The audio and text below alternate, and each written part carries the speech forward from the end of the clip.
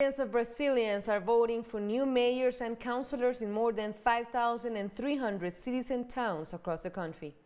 The elections are the first since Jair Bolsonaro became president in 2019.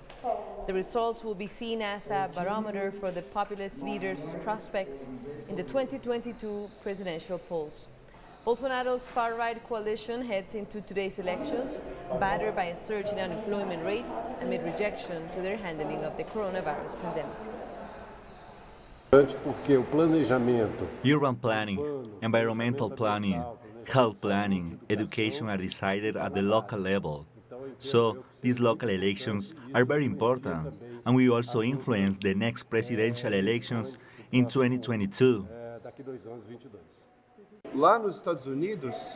In the United States, the election was extremely special within the context of the pandemic, and here too the pandemic is part of the elections. The political response to the pandemic are among the proposals of many candidates. For more, let's turn to our correspondent in Sao Paulo, Brian Muir. In 5,740 municipalities across Brazil, people are coming out in droves to vote for mayors and city councilors today.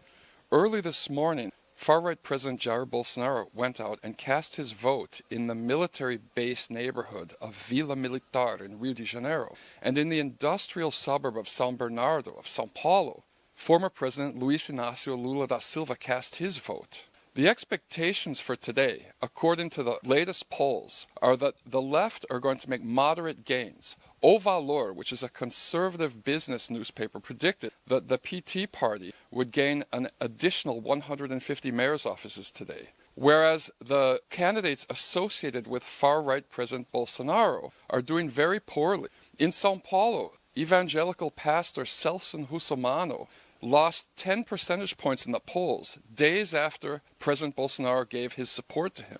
And in Rio de Janeiro, Bolsonaro's candidate Crivella, the incumbent, is currently dropped to third place.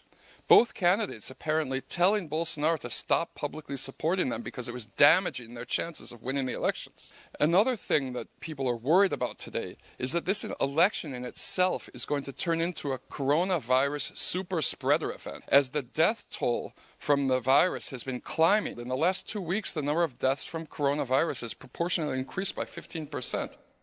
That was Brian Muir in Brazil.